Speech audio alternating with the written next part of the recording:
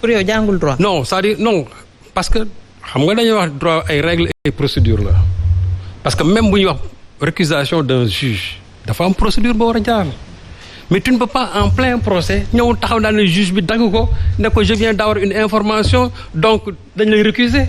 mais loolu mun na nekk. non c'est pas vrai mënul nekk. non ça dépend du dëgg mënul nekk.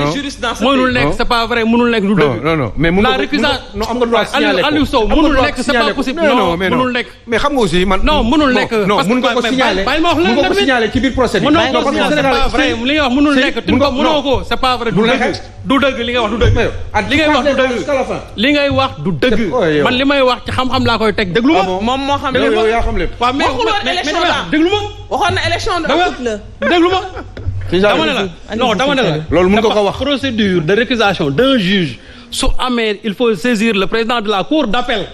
mais mënoo teew non mais mën nga demander loolu. mënoo dama ne mënoo ñëw taxaw noonu. dama ne ñëw taxaw mais nga ñëw taxaw noonu nga demander ko. mënoo ñëw taxaw daal ne juge bi di ko freiner comme ça. mënul nekk en plein juge mënul nekk. ça c'est pas passé comme ça.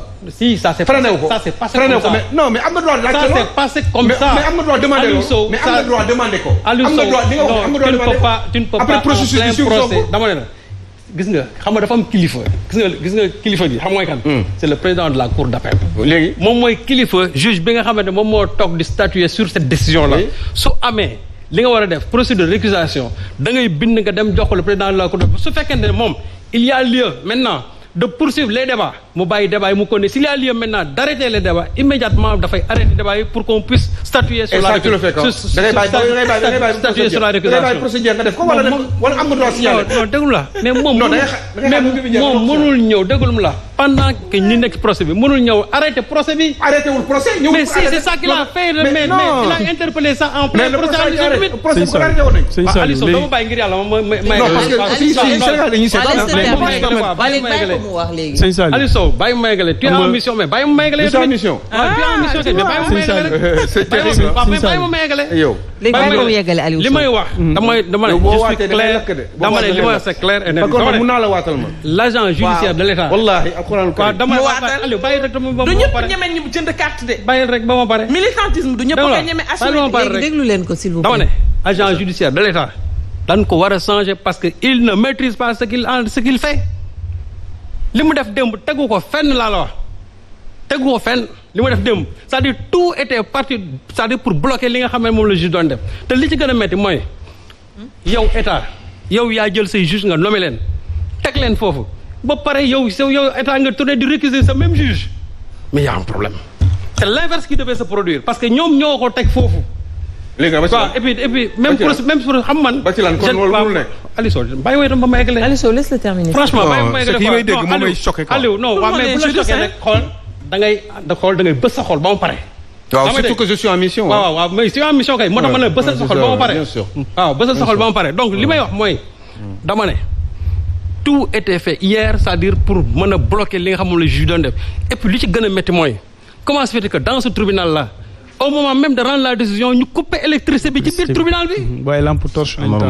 couper tu penses que loolu normal na. et ils l'ont certainement fait exprès. non dama non c'est terrible quoi. Président Macky Sall a organisé non c'est trop bas. un congrès fii yàggul courant coupé foofu directement avec des chefs d'État. on s'en xam naa rappelle c'était fait exprès. non continuez sëñ Saliou. c'était fait exprès. ensuite mais xam nga su fekkonte ne dans tout le quartier. ñoom ñoo manqué électricité nga mën a wax. tribunal bi rek mais tribunal bi rek mënul manqué électricité xam nga Aliou Sow aussi man li may wax. dafa am fu koy doo ko def quoi. non je veux bien non waxuma dama ne. Aliou Sow. man li may wax c'est clair et net. ça prête à doute. mais moom laa la wax. xam nga. c'était pour que ñu suspendre. soo gisee le comportement même de l'agent judiciaire de l'État. tout le show qu'il a fait hier ci procès boobu. li mu ci def yëpp.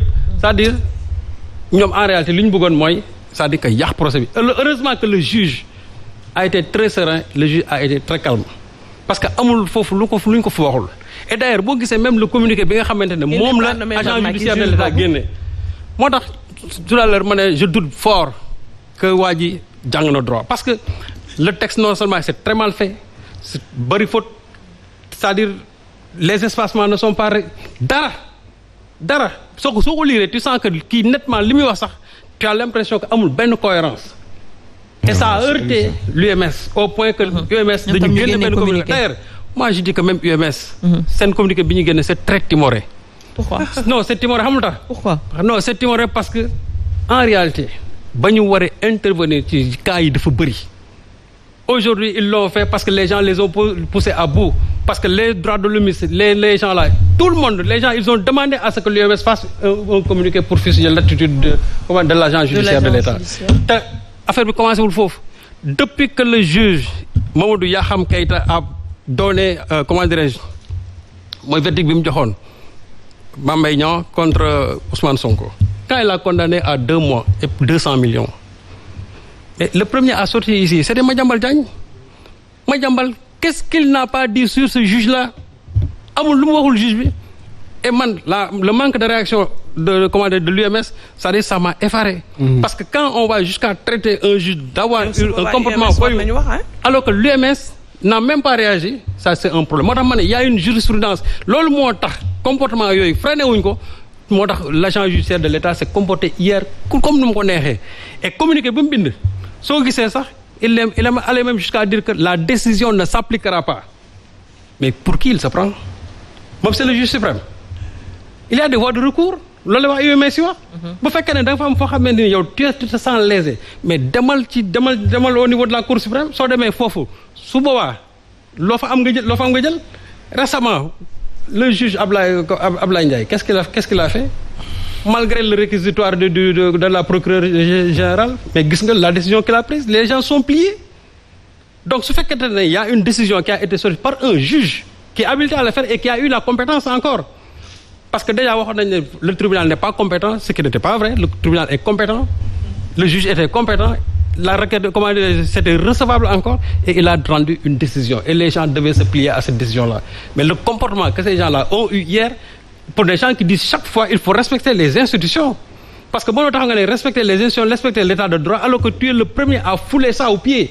Ce que les gens ont fait hier à Ziguinchor, c'est-à-dire ils ont manqué de respect à la magistrature. Man je ne parle même pas de la décision, mais manque de respect bi ñuy def ci hier ci magistrat yi, c'est que loolu moo jaaduwul. Parce que tout simplement tu penses que la décision là ça ne t'agrée pas. Mais quand même l'agent judiciaire de l'État c'est pas n'importe qui. Am na noo xam moom da war a comporter woo.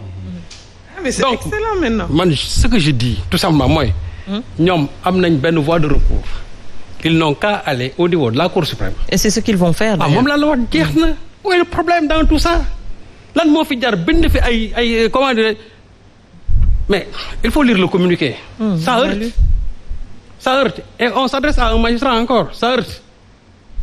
Ça aurait été quelqu'un d'autre, on allait dire oui outrage à magistrat etc. À ce point dans le contenu. Non dama ne ça aurait dans le contenu. dégg nañ lu nekk. Comportement on a parlé de comportement indigne à l'intérieur. C'était quelqu'un d'autre, Violation c'est ça qu'il a dit. indigne à l'intérieur. Il faut lire tu n'as pas lu le communiqué. Il faut le lire. Oui, 30 secondes. Il faut le lire. C'est Alors, juste pour... moi je dis qu'en tant qu'agent judiciaire de l'État, c'est-à-dire il n'est pas n'importe qui, il défend les intérêts de l'État. D'accord. Et quand on défend les intérêts de l'État, et tu parles de l'état de droit, et tu parles du respect des institutions, tu dois être le premier à l'incarner, quelle que soit la décision. D'accord. xam nga pour les décisions de justice, il faut prendre le code de procédure pénale. En son article 650, il y a 10 points qui ont été cités pour faire la récusation. 10 points. Et parmi ces 10-là, exemple kii li mu doon wax par rapport ak ce qu'on appelle les liens de parenté. Nee na Aïcha war nga ma juger tey ñu xool dossier bi avant ñu koy enrôler. ñu ne nee na Aïcha mii de moom ak ki nga xam ne mooy partie adverse bi ay mag ak rakk lañ. Comme ay mag ak rakk lañ nag mën na